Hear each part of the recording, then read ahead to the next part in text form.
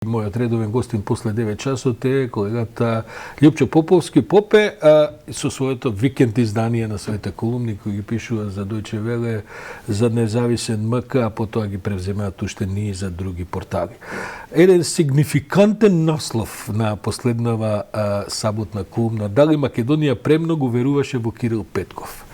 Ако се слушаат изјавиве на Маричич и на Османи сега во последните 2-3 дена, изгледа дека се уште веруваат во Кирил Петков, бидејќи гледам дека говорат за нова фаза во односите со Бугарија, дека тоа само што не процветали, така натаму. Има нешто што си ти, Попе, па и ја веројатно многу неинформиран за тоа што се случува, или овие нешто имаат проблем со овие, пошто има прекоокеански патувања, може да се наспади уште добро ова jet lag и така натаму. Добро, ја тргнав, мислам, минатиот понеделник кога бев тука, емисијата заврши баш со тоа, дали премногу верувате, тоа ми беше некаков поттик за текстот. Значи, мора да има некакво сидро, некакво јадро кон кое што може да се ориентира политиката, не само македонската, туку и таа по-прогресивната во Бугарија и се разбира тоа е Петков. Но прашањето е, ја стварно се прашувам дали нашата верба, мислам на македонските политички елити, а пошироко и на јавноста во Кирил Петков била преголема, ако ја земеме предвид ситуацијата во која тој самиот се наоѓа, а и изјавите што ги кажува. Не можам да... Ти во колумната правише на анализа на повеќе изјави негови, за да всушност заклучиш дека неговите изјави не се суштински поинакви од тоа што другите го говорат, само што може би го кажува тоа на малку поинаков начин, но суштината е иста. Во однос на и таа се прилично антимакедонски. Да, јас сега тоа што го кажат и за Средбиве. Мислам, добро е ова што вчера и завчера Генчовска беше тука. Интересно е што таа гледа се ај со министерот за надворешни работи, со вице-премиерот за европски прашања, сретна со Мицкоски и уште тројца други од ВМРО.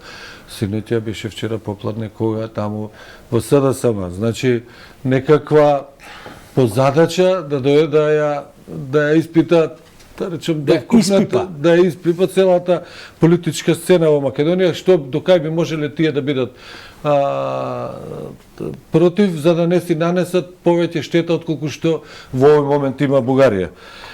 Но од друга страна имаше, мислам, и тоа е добро, и со изјавите, изјавата на Генчовска дека што беше после тој инцидентот во Битола, мислам дека беше малце да ја стиша работата, иако за бугарските медиуми малце друго кажува, ама тамо се јави Радев, се како да е, што викат нашиот колега и другар Звездан од Сабајле, дека да е палење на Рајстагот се случило, па без инцидентот си инцидент, тука нема да... Чекај, ајде малку да потрошиме време. Само уште малце ова да кажем, апропо.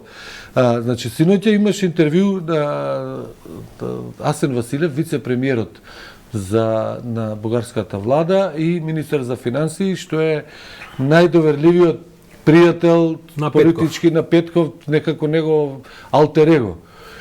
И за бугарската нова телевизија, тоа што таму го кажува, тоа е прв пат да јас барем да прочитам нешто или да слушнам од него политички квалификации за односите меѓу Македонија и Бугарија. Обично тоа е насочен во економскиот дел и мислам неговите изјави беа како на Бојко Борисов. Тоа просто за мене беше зачудувачки. Сега дали тоа е оди на контото тоа дека ние премногу сме верувале или Бугарија премногу чекаше, премногу молчеше за Македонија односите. Грците тоа 20 години си го кажува и најпосле добија среќа века што испадна, што пред 2 години ние конечно станавме на сцената, го кажавме нашиот збор, значи и дава право за на владата на Борисов и на Каракачанов, и вели сега дека прво треба ние да ги направиме нашите ставови да влезат во европската рамка и потоа нека се занимава Европа со Македонија, Бугарија веќе немаше зрема. Мислам, тоа е на нивото на најтврдите Па тој Каракачанов може малку со некоја запека додадена. Така што тоа беше изненадувачки и Значи што е сега Тоа го прашање? мисли и Петков со други. Тоа го мисли Петков, тоа е продолжуваме со промената. Тој може би не го мисли толку, ама очигледно го мисли, само што веројатно го мисли не може да каже. Сега дали е тоа поврзано со последниве настани што се случуваат, ајде доаѓањето на Шолц овде, притисокот што се случува и врз Македонија и врз Бугарија во последниве. Каков притисок да чујам, бидејќи не разбирам што притисок има. Притисок има, ја мислам дека треба ние да прифатиме, предпоставувам се, не можам да кажам, може би е целасно погрешна предпоставка, нешто од тие барања бугарски да влезат во преговорачката рамка, ЕУ да биде некаков гарант, а Бугарија да не влезат сите, но да влезат некои за кои што се тие, може би тоа поврзани најмногу со човековите права, тоа е правата на бугарите во Македонија, ЕУ да биде некаков гарант при преговорите, а Бугарија да го крене ветото со можност и понатаму повторно да става вето. Повторно, значи не можеме да знаеме никој. Мене ми се чини ништо тоа нема да има, ама треба да се остават некакви можности отворени така натаму. Попе, се да се вратиме на овој инцидент во Битола, тоа очигледно провокација, мислам таја и нема потреба да се квалификува поинаку освен како провокација, но таа му одговара на оној кој што сака да ги наруши македонско-бугарските односи во овој деликатен момент и тоа да даде известна маневрска поголема широчина на бугарската позиција против Македонија, бидејќи тоа потоа може да се користи како доказ дека ете во Македонија бугарите и така натаму оваа целава реторика што ја знаеме и која што морам да кажам повеќе доаѓа од Софија отколку од самого Скопје на официјално ниво секако, а социјални мрежи таму и ваму хистериите се сега типични. Значи ли тоа дека овдека всушност за таков вид на провокации ќе се има секојаш доволно простор, доволно тргне нешто напред, не знам, може би Макрон се заинтересира за нешто, може би американците, овдека ќе има тој вид на провокации и тоа тие релативно лесно се прават. Од која било страна да е заинтересирана за тоа? Дури извини само до крај да те прашам за да просто е неверојатно како нашите служби не се способни да превенираат, а не па да кажам да фатат веднаш да реализираат, бидејќи ако нешто се знае во државава, тоа е тој Ванчо Михајлов центар барем ќе би поставил друго прашање. Па сега мора ли тој клуб Ванчо Михајлов да биде по 24 часовна полициска заштита? Мислам просто би било претенциозно и малце дури и глупаво. Па тој таму отворен за да биде провокација. Да, ама тоа сега е прашањето ако веќе си дозвол да се отвори, тогаш треба да биде под полициско наблюдување, и ќе биде провокација. Обезбедувањето со тоа камери и така натаму, но имаше интересна работа. Твојот чест гостин тука Ненад Марковиќ, професорот некни во петокот кај Васко Попетровски беа заедно со Вучковски. Главно беше темата на 360 за односите Македонија-Бугарија и тој имаше добра елаборација, вика тебе се отвори, но дали имало досега некаков инцидент, некако некој да фрлил со камен, некој да ги навредил тие членовите, дали имаше инцидент кога беше целата бугарска свита, ништо, се е мирно, се е во ред. После 4 сата некој го пали. Како да го слушнал тоа дека треба да има инцидент? Да, разбирам, ама попе што е тезата дека овој инцидент не е најверојатно некаква граѓанска реакција на ова. Тоа се провокатори за кои стојат тајни служби. Дали се македонски, дали се бугарски, дали се српски, дали се грчки, дали се амерички, немам поима, да бројам уште. Во секој случај тоа оди на руската кауза да се држи една нестабилност како што треба отворена и тоа е јасно антибугарски и антимакедонска позиција. И сега тие делови во Бугарија што, значи, да видиме реакцијата на Румен Радев, председателот, каква беше тоа, веќе како да е потоп крај на светот, што станало, мислам, инцидент, сериозен, не е тука, особено во овие времиња. Но што, на кого би му користело, например, еве сега, да дојдеме на кого би му користело. Еве сега јас да тргнам од еден специфичен агол. Правата на бугарите во Македонија и нивниот напредок заедно со државава кон Европската унија. Каква корист ќе имаат тие ако Македонија, значи бидејќи бугарската држава се грижи за нивните човекови права, а и самите тие се, каква корист ќе имаат тие граѓани на Македонија ако Македонија остане заглавена уште 20 години? Како ќе напредуваат? Тие можеби имаат бугарски пасоши, јас тоа не знам, не можам ни да тврдам, можеби никој нема од нив. Се разбира имаат. Да. Ама тие живеат овдека. Како ќе напредуваат сами, како ќе напредува нивниот живот во Македонија, ако остане Македонија надвор поради барањата на таа држава на која што тие сметаат матична. Ако смем да отидам и чекро понатаму, не е тоа само Македонија дали ќе остане надвор. Туку и тоа каде ќе оди внатре. Бидејќи ние станавме членка на јужното крило на НАТО, а сега стануваме најјужна членка на српскиот свет. Не можам да разберам како на Софија тој одговара, да бидејќи сега е јасно дека македонската перспектива понатаму. Па не можам да сватам ако бидејќи ако малку имаат за стратегија, ти го поставуваш прашањето на бугарите во Македонија. Тие ја уназадија позицијата на бугарите. Ние можеби не сме биле свесни, луѓето можеби требало и порано да бидат во устав или што и да имаат проблеми. Сега со ова сигурен сум дека одиумот во јавноста е поголем од колку пред ова. Ни криви ни должни најголем дел од тие луѓе. Од друга страна, ние така успешно не турна бугарите кон српскиот свет, кој и така тврди, дури и со оваа, како да кажем, еден изненадувачки, но и многу вешт, мудар потез околу Македонската православна црква и така натаму, Томос и едно друго, русите тоа го поздравуваат. Како може тоа во Софија, која наводно е така постара балканска дипломатија, наводно има сериозни политики, така петпарачка една политика кон овие битни стратегиски прашања? Јас сум убеден дека тие воопшто тоа не го ни гледаат.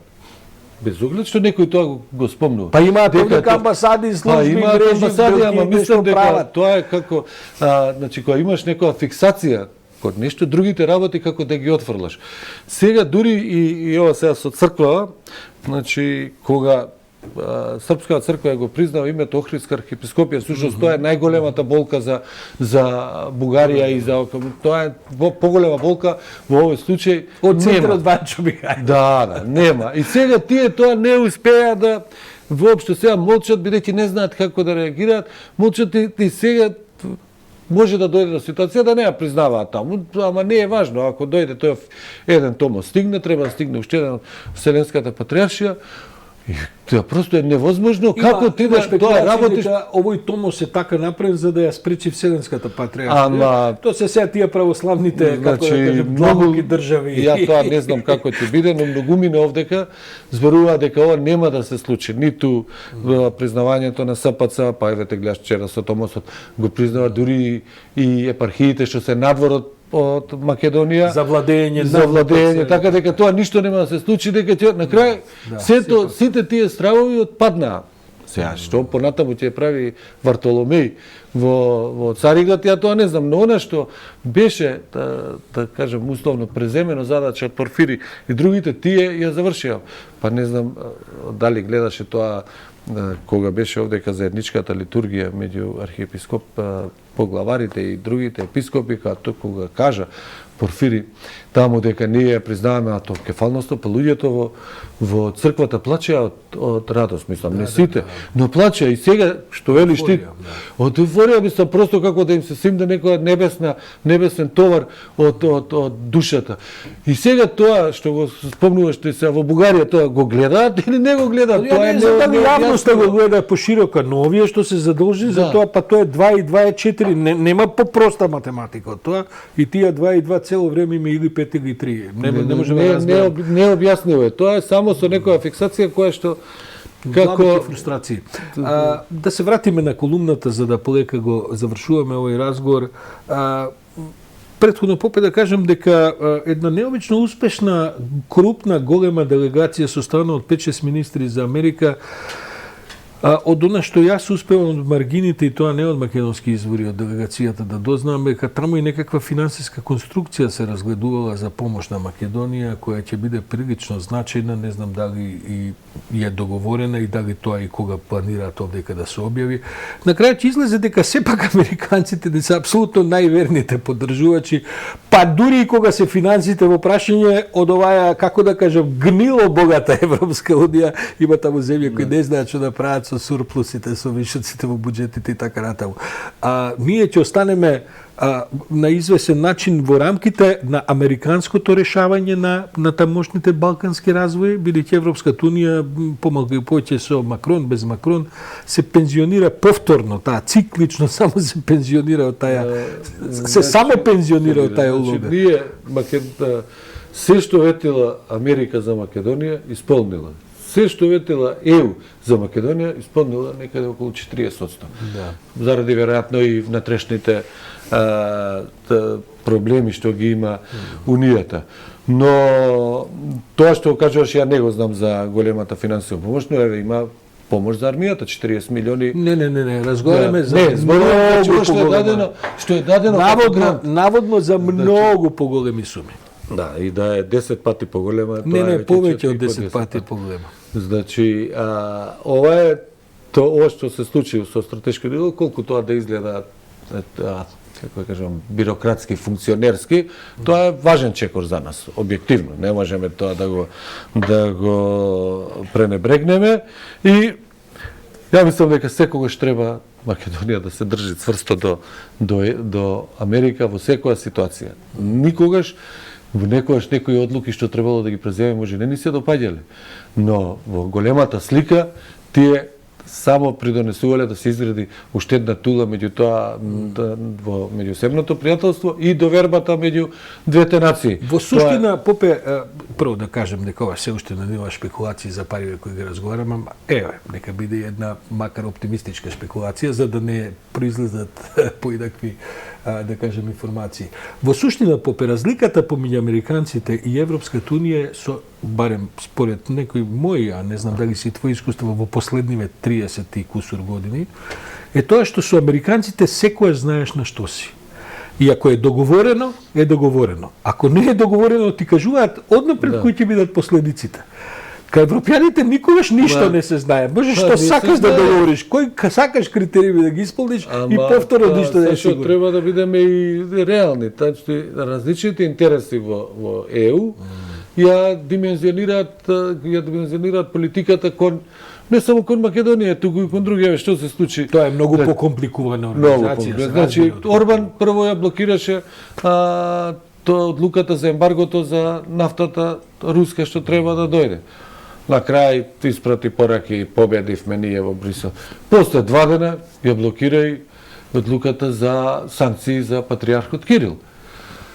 Сега што да прате? Или да го исклучат патриархот, или да пропадне целиот пакет санкции. И на крај, ајде ќе го исклучиме. А што е интересот на Орбан да блокира одлуката за патриархот Кирил? Дури без разлика дали некој се согласува, не се согласува, патриархот Кирил е еден од двигателите на агресивната политика на Русија кон соседите и конкретно за Украина. Тој има, ако некој биде суден за подготовка на воени злосторства и така натаму, тој си е убаво на списокот таму ставен. Но што има Унгарија со тоа да биде? За објаснувањето беше не може да вклучуваме луѓе од црквата во профани работи, во овие што се случува. Има сега што има? Тоа е како да разговараме за Втората светска војна и злогата на тогашните католички папи во односта поддршката на фашизмот. Сега да не навлегуваме, може да отидеме во некоја погрешен заклучок. Важно, целиот пакет најнаш дојде за или ќе се скрши, или ќе се прости за патриархов Кирил. Ова за Македонија и друго е посериозно прашање, например, од тоа. И сега таму тие интереси, значи се поголеми. Но еве сега има и една друга работа во текстот го спомнував, дека ова што е таа гасната централа во Александрополис, дека наводно прават бугарите обструкции. Да, прават бугарите обструкции. Тоа е со цел со цел Ние да не некако станеме енергетски. Па добре, Да, тоа да. знам, ама тој директно поздрав од Москва, мислам тука нема. Да, никаква ама тоа е тоа може да помине покрај американците кои што се организаторот сепак на целиот тој гасен терминал, подготовките, тоа се сеќаш, се тоа на Америка, тоа беше уште тој заменик државен секретар за енергетика уште од времето на Трамп беше овдека во Скопје. Но еве, на пример, договорот таму го подпиша Петков и Мицотакис. Ој како се вика Вучич и Ковачевски беа таму, кажаа по некој збор, но не беа дел од тој договор. Наводно дека дури Ковачевски не ни сакал да оди, затоа што Да, ти пишуваш дека седеле и заедно, меѓутоа немало никакви како ние вака што односи, седиме, па така, не се сретнаа со воопшто. Петков Да, говориме. така што има тука некакво триење, што се случува и дека мислам дека и македонски, дека и Ковачевски малце е незадоволен од од тоа како се развива спектаклот овдека што се случуваше на 18 јануари, па вака ќе правиме, па работни групи, па на крај се сведе на старата добра приказна Бугарска од пред една година и кусур. Попе, во Македонија никогаш не грешат оние кои што се цинични и кои што се критично расположени кон Европската унија, кои што 30 години викаат, ма ништо тоа нема да биде, вие сте прозападни, требаше да си останеме независни, како си като неврзани, или да си отидеме на другата страна. Такви има бројни и политичари има, да не кажам јавни коментатори и така натаму. На крајот може ли да се испостави дека биде во право? Мислам дека не. Затоа што не може да... Ние имаме екстремно голема, надвор од тоа што не сме влезени во институциите на ЕУ. Но кога ќе се вратиме назад последниве 10-15 години, значи имаме толку голема помош во клучни моменти за изградба на држава, грантови, техничка помош, ноу-хау, она од Европска унија, што ние сме незадоволни од тој другиот дел, но не можеме ова сега да фрлиме се во води да речеме ништо не се случило, а што сме добили од другите, од тие ајде да одиме дали Бугарија? Ништо не сме добили. Ништо, нула. И нема ни да добиеме, ама ете така како компензација. Русија има годишно добива по околу 2 милиарда и пол евра помош, грантови од секаква помош, тоа не е само грант за железница, туку секаква друга помош од Европска унија, а од Русија има дали има 30-40 милиони, ама Русија е поважна. Ти значи тука имаш разлика во перцепциите, ти не ги гледаш они. За овие мислиш дека автоматски ти следат тие пари, таа помош што доаѓа.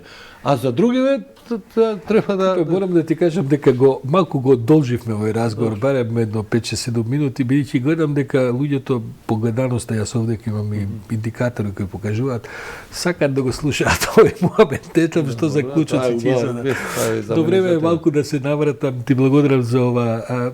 Морам да кажам, ти благодарам и што во твојата колумна, половина од колумната е посветена на Весела Чернева.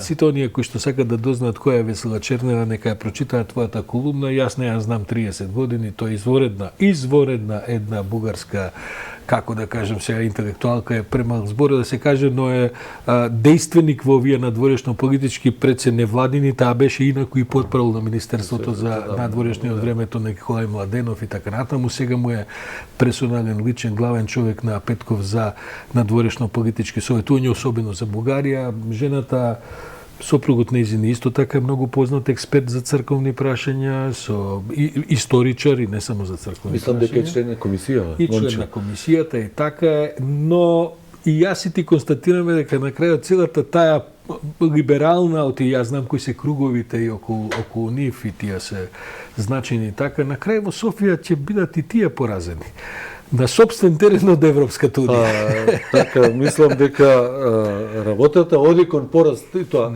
главно нивен пораст.